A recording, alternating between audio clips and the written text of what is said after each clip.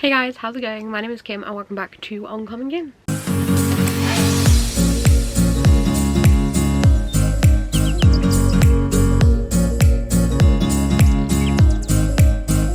So the day you guys are watching this, it is my 25th birthday. As my colleagues at work are telling me, halfway to 50. Thanks guys, appreciate you. They're obviously all a bit younger than me. But yeah, I'm 25 and this day last year I did 25 books I want to read before I turn 25. So as a recap, out of those 25 books, I read 12. Now, it's not all of them, no, but you know what, to read half of them, pretty much half, I'm very happy with. I'm very happy that I actually did read some of them without even knowing I was reading them. But this year I'm making a bit more of an effort with remembering what books are on it, because I'm putting it into my journal and I'm going to highlight them as I read them.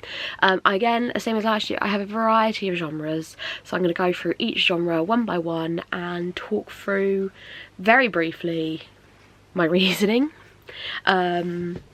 But yeah, I'm not going to go through synopsis and things, otherwise we will be here all day because we have 26 books to get through. So book number 1 is Fullmetal Alchemist Volume 7, and the main reason this is on here is I just want to continue with this series. I love this series with my whole heart and I just want to continue with it. I absolutely adore this. These are like the Fullmetal hardback editions, but it is a manga inside, but they are just stunning and I just really want to continue with this series. I love it. I love the actual anime, so I'm very excited to just continue with that. Next we have a book that I actually don't have yet, as this is the day before my birthday, but my parents have bought me this for my birthday, and it is Unfamiliar Volume 2. I read Unfamiliar Volume 1 in February and loved it. I thought it was the most cute and coziest graphic novel ever, and I'm very excited to get on to the next volume. And another one that I don't really have a book for is a Stephen King book. I don't know what one. I haven't chosen a specific one as I feel like that's pressure, but any book by Stephen King I would like to have read before my birthday next year, just because I do want to read more of him. As you can see behind me, I do own quite a few as well, so it is just something I do want to get into and read. And I'm just going to go over one more that I actually don't own yet. Again, my parents have bought me this for my birthday, but it is Bury Your Souls by Grady Hendrix. It's pretty much the only Grady Hendrix I haven't read yet. Mainly that's why I would like to get to it, apart from his newest release, which is also in this pile. I love Grady Hendrix, I love his writing, so it is just an author I just want to get to. Okay, right, that's all the ones I don't own, and that's the bits that editing Kim's got to edit. Now we're going to get into actual genres. So I'm going to start with romance books. So first one being A Funny Story by Emily Henry. This was so hyped last year and it just got me excited to read it. This is the Waterstones edition with the sprayed edge, but I do enjoy Emily Henry's writing from what I have read of her, and I would like to read some more. So this is just one that I'm very excited to read, and I've heard so many great things about it. Next we have Delilah Green Doesn't Care by Ashley Heron Blake. Again, this is just one I've just heard a lot about. I know a lot of people have enjoyed this, and I know this is a series, and it is just something that I think I'm going to be into. I think I'm going to enjoy. I know Steph loves this, but then I think Becca gave it a 3 stars, but hearing their opinions on it makes me think that I am going to enjoy this one. Also, it matches my jumper. And then the third and final third and final romance book I have on here is Part of Your World by Abby Jimenez. Everyone loves Abby Jimenez and I've never read anything by her, and I kind of want to get on that hype train. So I believe this is the one you're meant to start with. If I'm wrong, please tell me, but I believe this is where you're meant to start, and I do just believe I'm going to enjoy it. I believe it's like small town vibes.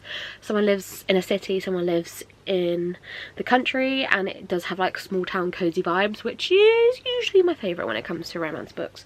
So yeah, very excited. Okay, now we're going to do mystery, thriller, horrors all grouped together, because it's easier than me trying to figure out what's a horror and what's a thriller. So first we have A Curious Beginning by Diana Raybourn. This is the first book in the Veronica Speedwell mystery series, which so many people have been enjoying. Katie Colson is an absolute star for repping this all the time, but Steph has recently got on the bandwagon with it as well, which intrigues me.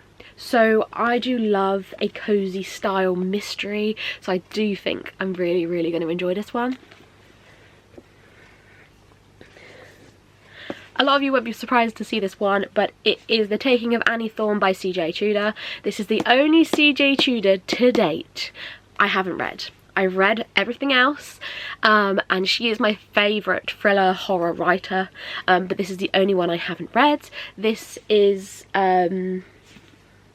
one of her first releases, I believe, so I'm very excited to read it, very excited to just get it done. Next we have one that was recommended to me by Claire, and she told me that I would like it. So if I don't, Claire, this is on you. It is Clown of Cornfield by Adam Caesar. I'm hoping I enjoy this one. This is going to be turned into a film or series in the next year, so I've seen the trailer for that and it looks freaking scary. So I'm hoping I'm going to enjoy the book, but I typically, as I was discussing with Claire, typically prefer horror books, not horror films, because I'd rather visualise it in my head and switch it off than see it straight in front of me. So I'm really hoping I'm going to enjoy this one. I've heard a lot of people enjoy this, and it is a series, so hopefully I like it. Next we have another popular one, which actually I'm reading because of how much my cousin enjoyed it, and that is got a bookmark in it. Mina and the Undead by Amy McCall. I've owned this a long time. I own the whole trilogy and I have been very interested in it. It doesn't have an audiobook though, which is why I haven't read it. But I am trying to force myself to come away from audiobooks a bit, in the sense of actually physically reading. So I think this will be my first proper physical book, without having to have a audiobook with it. Next we have The Twyford Code by Janice Hallett. When I went and met Maureen Johnson last year, she was hyping up Janice Hallett big time, and I was like, no, I do enjoy Janice Hallett, and I actually own quite a lot of her books now, so it's kind of going through her backlist and her most recent releases.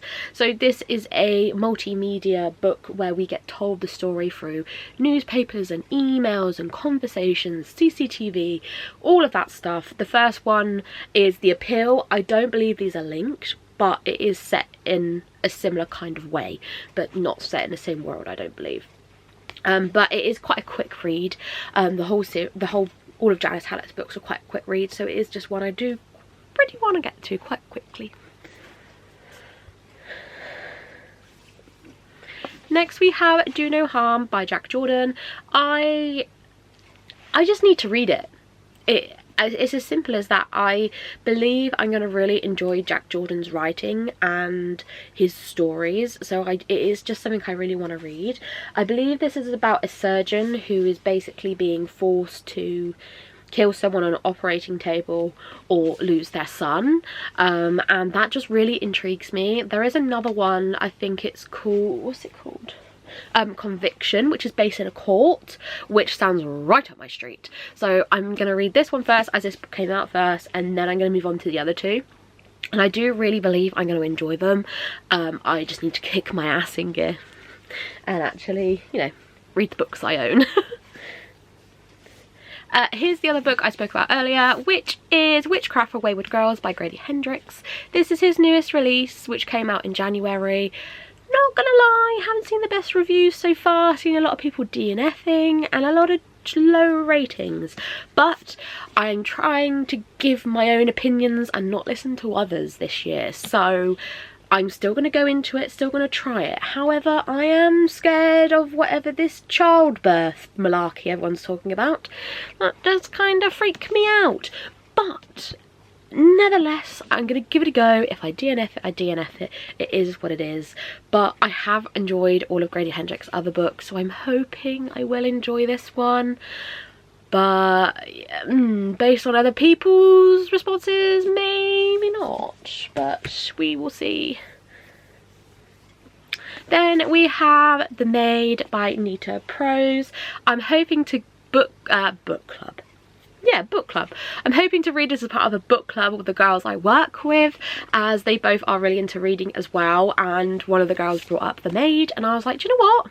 I own that, and I need to read it. So I think we're going to buddy read this together, and I'm very excited because all I've heard is good things, but also so many people have told me how much I will enjoy this one. So it is something that I just really want to get to. I don't believe it's like horror-y scary. I believe it's more mystery. So I'm very excited to read this one. I've also been told that our main character,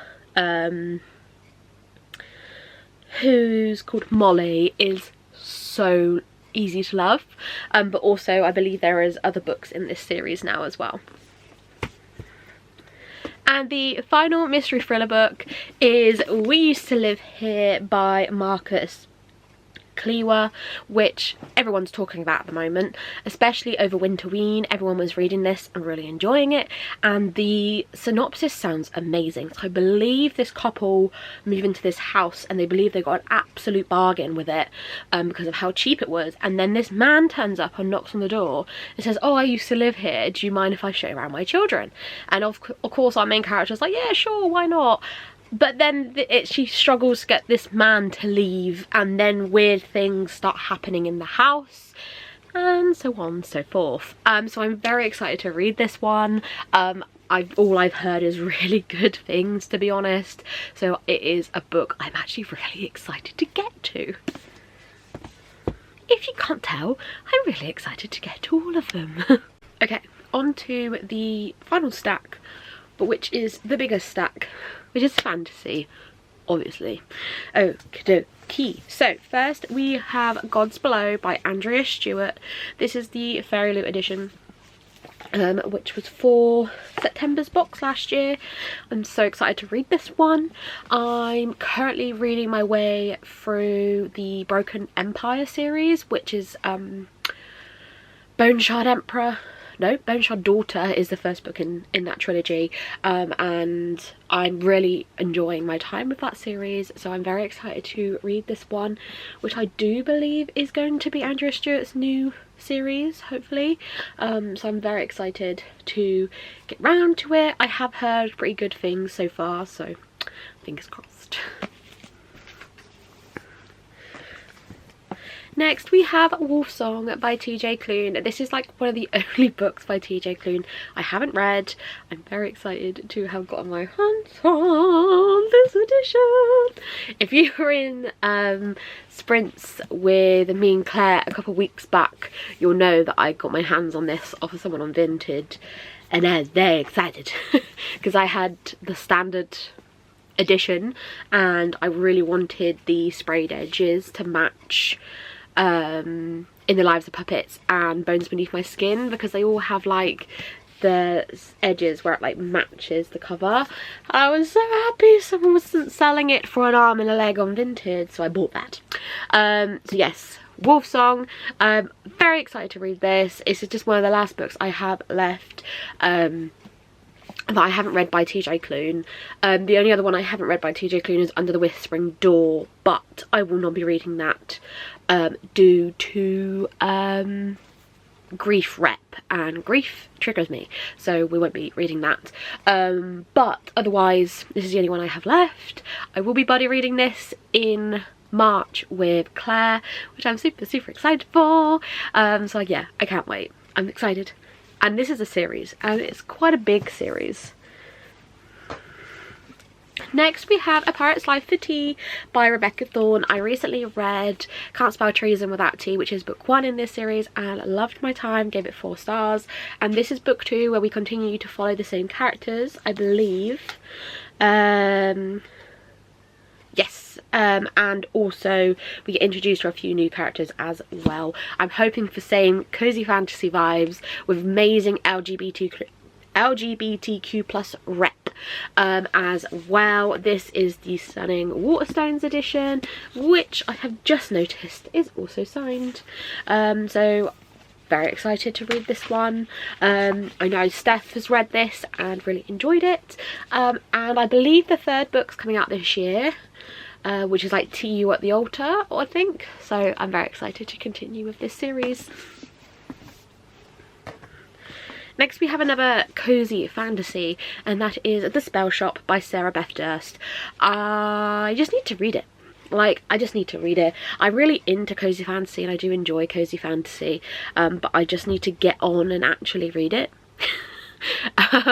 This one specifically because it's been on my TBR a little while now, and I have started it, and what I read of it I really enjoyed. I just need to get on with it, you know? Just need to get on with it. Next is a book I'm hoping to read in the month of March, and that is House of Bone and Blood by Alexis L. Menard, which is a romantasy which everyone and their nan is loving at the moment. I have no idea really what it's about, but all I have seen is amazing reviews from people like Cassidy, Lexi, Brie, I think Mel. So I'm hoping I'm going to read it in March, as I am taking part in Realmathon and my host for my team is Brie, and Brie shouts about this till the cows come home. So I am hoping to read this in the month of March, hopefully. Then one you won't be surprised to see, but I'm still surprised I still haven't read it, it's The Will of the Many by James Islington. This was such a loved book last year by so many people who I watch on booktube myself or who I am friends with, and honestly I just need to fucking get on with it. I'm just annoying myself. This is on my TBR for March, so hoping I will get to it. If not, it might be my read for my Florida holiday. Might be my read for my Florida holiday. Depends what mood I'm in.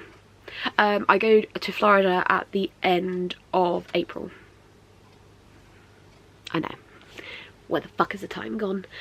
I have no idea. I'm not prepared at all. Like, don't get me wrong, like, everything's ready, everything's paid for. Passport's done, visa's done. But mentally, I'm not ready. But this might be my read for that. If I don't get to it before, I won't be taking this because, wait, I will be reading it on my Kindle. So, we'll see. I don't know. I don't know. I am so excited to go. But I'm so overwhelmed, and I'm definitely taking my Kindle, and I've started making lists of things I'm going to pack and things I still need to buy and and but it's overwhelming. Next we have The Tainted Cup by Robert Jackson Bennett.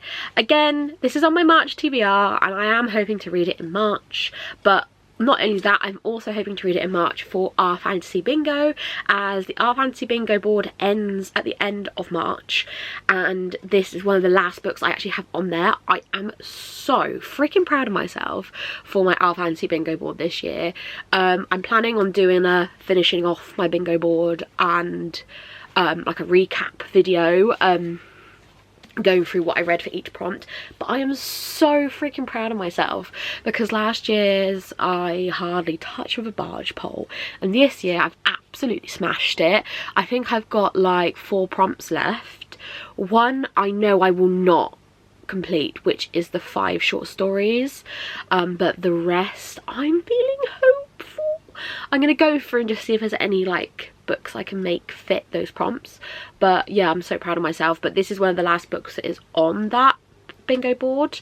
I can't remember what prompt. It might be disability rep. I think someone told me this counts as disability rep, so yeah, I'm hoping to get this in just so then I can finish that off. If I don't and I read something else for it, that's fine, but it is still a book on my priority list, especially because the sequel comes out this year. Maybe this is the book. Maybe this is the book I take to Florida. I'm gonna have to do, I think I've decided, before I go to Florida, I'm gonna do a Florida TBR because this girl doesn't need no excuse to do TBR videos. So my plan is to do a standard TBR video for May, but I'm also going to do a very small TBR for Florida. And I still haven't decided whether I'm actually going to upload in those 2 weeks or if I'm going to have 2 weeks off and then come back with a massive Florida vlog and continue. I think I'm going to have 2 weeks off because I deserve it, basically. Okay, 2 more books to go. We have Spark of the Other Flame by Penn Cole. This is just one I'm interested in general. The plot, the characters sound amazing. It just sound like something I'm really interested to. Again, a lot of people love this and that kind of helps. Not many people love the first book, but Glow of the Other Flame and Heat of the Other Flame are like 5-star reads for a lot of people that I enjoy. So I think that's what's kind of pushing me to read it. This isn't that big either, really. Like, is it 300? Like 400 pages? It's not too bad. It's about a standard size book nowadays. So it is just a book I am looking forward to. Also, it's just like really pretty. So maybe this I'll take to Florida with me. I'm not doing this. We're not doing this. Okay, last book. This is on here because of Claire again, because Claire pushes me to read things that I want to read, but I don't. And this is The Crimson Moth by Kirsten Cicerelli. Claire told me on Sprints yesterday that I have to read it. I then forwarded to buy Claire Rebel Witch because she was going to wait till 2026. And I said that's just not acceptable, so I bought her Rebel Witch, and she said that's fine, but now I have to read Crimson Moth. So that's why this is here. And I'm apparently reading Crimson Moth. I'm not against this. Like, I'm excited to read it and I want to read it, but I don't know if I want to read it right now. But here we are. But that is 26 books. That is 26 books I want to read before I turn 26 a year from today. In advance, thank you everyone that said happy birthday to me. Thank you everyone who has kindly gifted me a book. Like, I wasn't expecting it. I'm severely overwhelmed. I've got so many parcels sat downstairs for me to open tomorrow morning and I am overwhelmed. My family didn't realise I had friends. So they keep turning up and Mum goes, oh, what have you ordered? And I'm like, I haven't ordered anything. And she's like, you've got more friends? I'm like, I know. Even I was aware of this. So yeah, thanks everyone for that. Like, honestly, it's so overwhelming. And I love you all guys so much. Thank you so much for the support. At the end of March, it will be officially 3 years I've been on BookTube. 3 years? No, 2 years. 1, 2. 2 years, not 3. 2 years. It will officially be 2 years I've been on BookTube, and honestly I've had the best time. I've made friends. I've repaired myself. Don't get me wrong, we've had ups and downs, but at the end of the day it heals me. So yeah, thank you guys so much. Let me know if you've read any of these, what I should prioritise. Claire, you're not allowed to say anything. Because I know what book she's going to say, and it's not on this stack. And Theo and Lorraine, tough. It's not on this stack, and I know what you're going to say. You're going to come for me? Shush. But thank you guys so much for watching. Like, subscribe if you're new, and I'll see you soon for another video.